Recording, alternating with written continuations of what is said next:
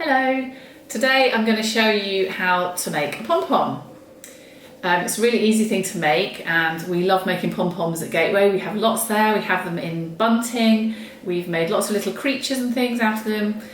So I'm going to show you how to make one today using a pom-pom maker. Some of you might be getting a pom-pom maker in your craft kit, or you might have some at home already. But anyway, this is a pom-pom maker. It comes in two parts, so you put it together like this, and I'm going to show you how to use it in case you need a reminder.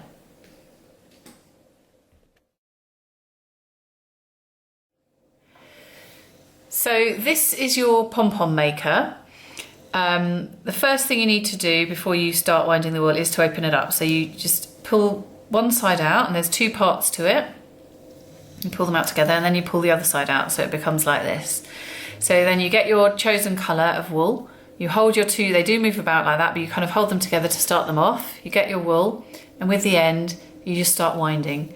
You don't need to tie a knot or anything like that, because once you get going a little bit, it will just hold itself in place. So you wind around.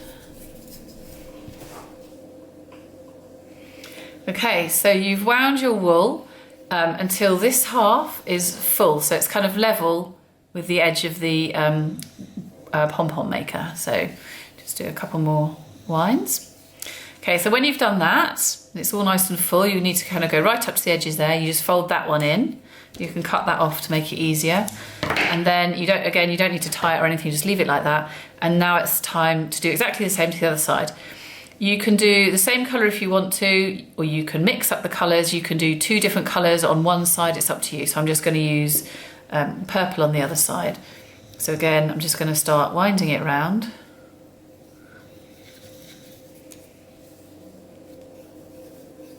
So there we go, I've finished the other side. Just do a couple more and then snip it off again.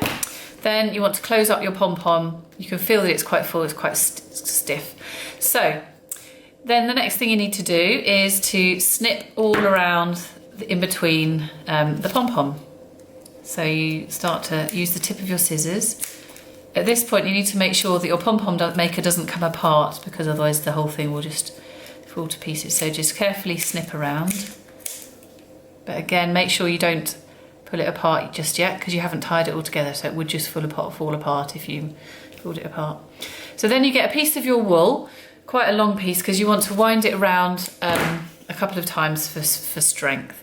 So you get the wool, and in between you push it into the groove around the edge of your pom-pom. You push it right down, and then you put it around a couple of times. So twist it around at the top and twist it around again.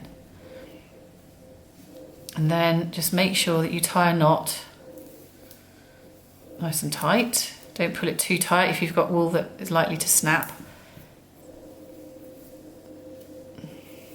Again, tie a double knot. And then what you might want to do is, just to be really sure it's not going to fall apart, is twist it around another couple of times and do another knot.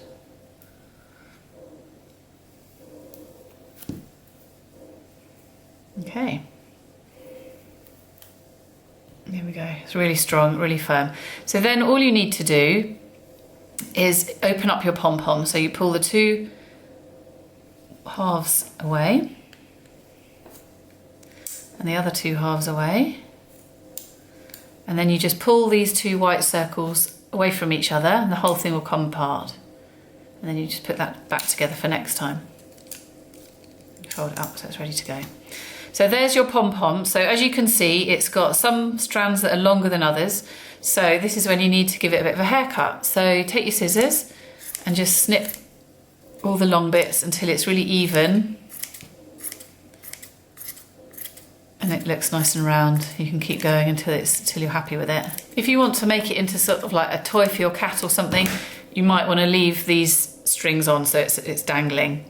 But if not, if you're going to make it into something else, you probably want to cut those off. So you can probably keep going a little bit with trimming it, but I'm going to leave it there for the time being. And there's your pom-pom, and you can feel that it's quite secure. It's not going to just fall apart that easily.